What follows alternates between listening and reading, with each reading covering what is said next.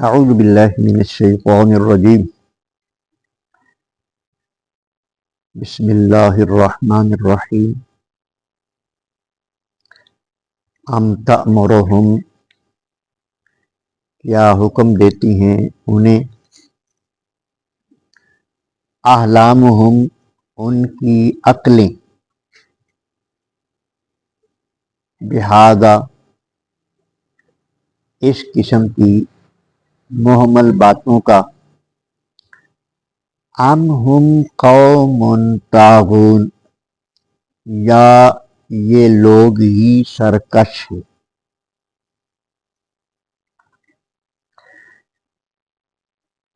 سورہ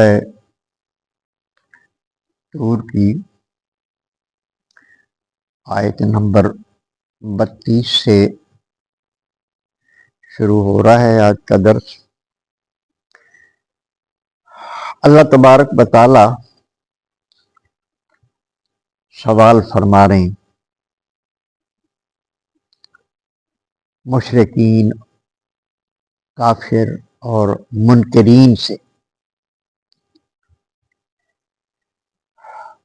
وہ نبی کریم رؤوف الرحیم صلی اللہ علیہ وآلہ وسلم پر اور اسلام پر جو اعتراضات کرتے تھے ان کی کوئی حقیقت نہیں، بے سر و پا اور بے بنیاد ہوتے تھے، اور ساتھ ہی وہ اپنے آپ کو بہت زیادہ عقل مند سمجھتے تھے، مسلمانوں کو بے وقوف سمجھتے تھے، اپنے آپ کو عقل مند سمجھتے۔ جب وہ اعتراض کرتے، وہ باتیں کرتے، ابھی کل بھی ہم نے پڑھا ہے کہ نبی کریم علیہ الصلوۃ والسلام کے بارے میں کبھی یہ کہہ دیتے کہ یہ کاہن ہے، اور کبھی یہ کہہ دیتے کہ یہ مجنون ہے۔ کاہن بڑا ہوشیار، بڑا چالاک آدمی ہوتا ہے، وہ تو دوسروں کو بے وقوف بنانے والا ہوتا ہے۔ کبھی جو مجنون ہوتا ہے وہ عقل سے خالی ہوتا ہے، تو پاگل ہوتا ہے۔ اب یہ دونوں صفتیں ایک آدمی میں جمع نہیں ہو سکتی۔ اب جو طبقہ یا جو لوگ یہ کہیں ایک بندے کے بارے میں، کبھی کہیں کہ یہ شاعر ہے، کبھی کہیں کہ یہ کاہن کا ہے، کبھی دیوانہ کہیں، تو اس کا مطلب یہ ہے کہ وہ عقل سے پیدل ہے، خود عقل سے پیدل ہے، اس کے پاس عقل نہیں۔ اللہ تبارک و تعالی نے ان کی ذلت کو ظاہر کرنے کے لیے، ان کی بے وقوفیوں کو ظاہر کرنے کے لیے اللہ پاک نے سوال کیا ہے کہ ام تامرہم احلامہم، کیا یہ جو باتیں کر رہے ہیں، یہ جو دین سے انکار کر رہے ہیں، یہ جو اللہ کو ماننے کے لیے بھی تیار نہیں، اس بات کا حکم ان کی عقلیں انہیں دے رہی ہیں؟ بڑے عقل مند بنتے ہیں نا، تو یہ سارا کچھ جو کر رہے ہیں اس کا حکم ان کی عقل ان کو دیتی ہے کہ تم یہ کہو، تم یہ کہو۔ اس کا مطلب یہ ہے کہ اگر عقل ہوتی تو پھر ایسا نہ کرتے۔ عقل اللہ تبارک و تعالیٰ کی بڑی نعمت ہے۔ ویسے حدیث پاک میں بھی آتا ہے، نبی کریم علیہ السلام نے ارشاد فرمایا کہ عقل کو جب اللہ تبارک و تعالیٰ نے پیدا فرمایا تو اس سے کہا کہ پیچھے ہو جا، عقل پیچھے ہو گئی، پھر اس سے کہا آگے ہو جا، پھر عقل آگے ہو گئی، یعنی اللہ تبارک و تعالیٰ کی فرما برداری کی، تو اللہ نے اسے فرمایا کہ تجھ سے بہتر میں کوئی چیز نہیں پیدا کی، تیری وجہ سے ہی جو کچھ پائے گا تیری وجہ سے ہی پائے گا۔ تو عقل جو ہے یہ اللہ تبارک و تعالیٰ کی بہت یہ نعمت ہے، اور اس کے ساتھ جس چیز کا ہونا ضروری ہے وہ اللہ تبارک و تعالیٰ کی توفیق ہے۔ اللہ تبارک و تعالیٰ کی توفیق ساتھ نہ ہو تو پھر عقل کسی کھاتے کی نہیں ہوتی. پھر عقل ایسی ہوتی کہ جنہیں لائے گلیوں لینا تو چلتی، پھر عقل اس قسم کی ہوتی. اللہ تبارک و تعالیٰ کی توفیق بھی ساتھ ہو.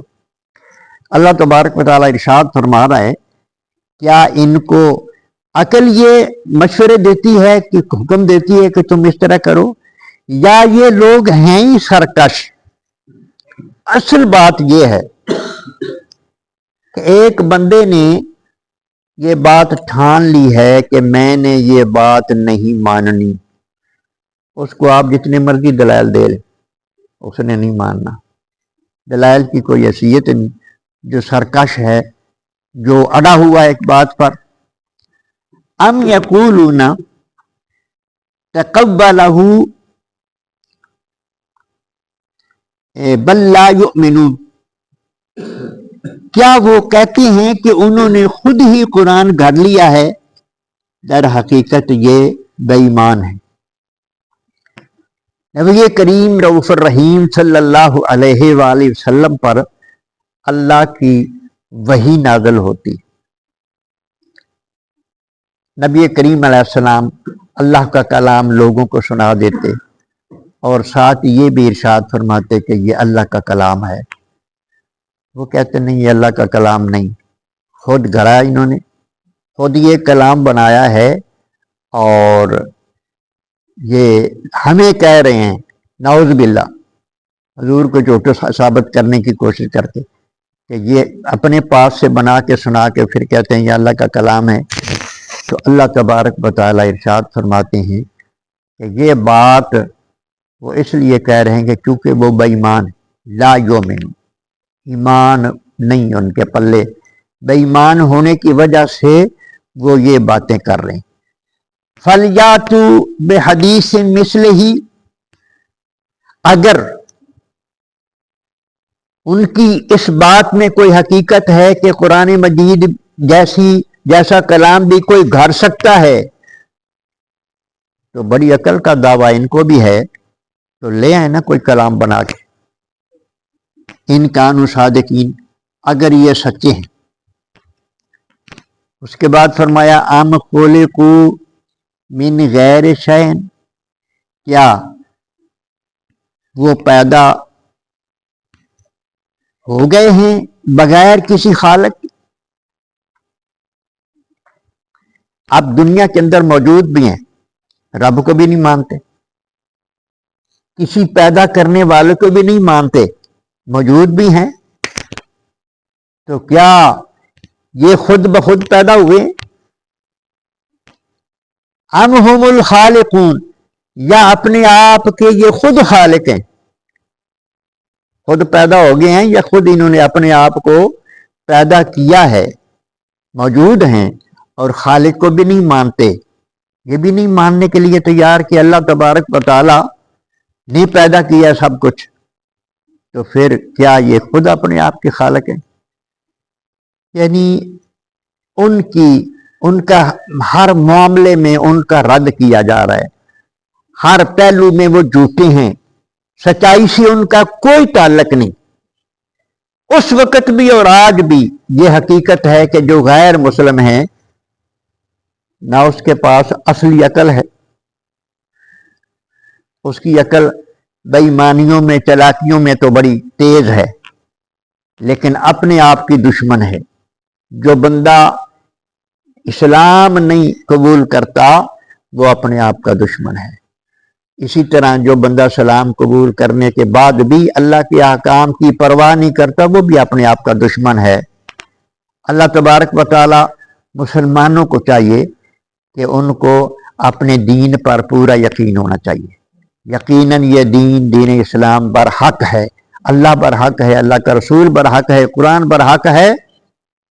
بڑے مرعوب ہوتے ہیں جیسے والے کوئی چٹ پٹی باتیں غیر مسلم کرتے ہیں تو کہتے ہیں وہ بڑے سیانے ہیں، وہ بے ایمانیوں میں سیانے ہیں، ایمانداریوں میں ان کی کوئی عقل مندی نہیں ہے.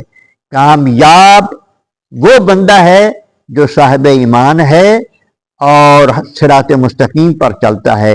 اس دنیا میں بھی وہ کامیاب ہے، آخرت میں بھی وہ کامیاب ہے۔ یہ بات سمجھنے کی توفیق عطا فرمائے۔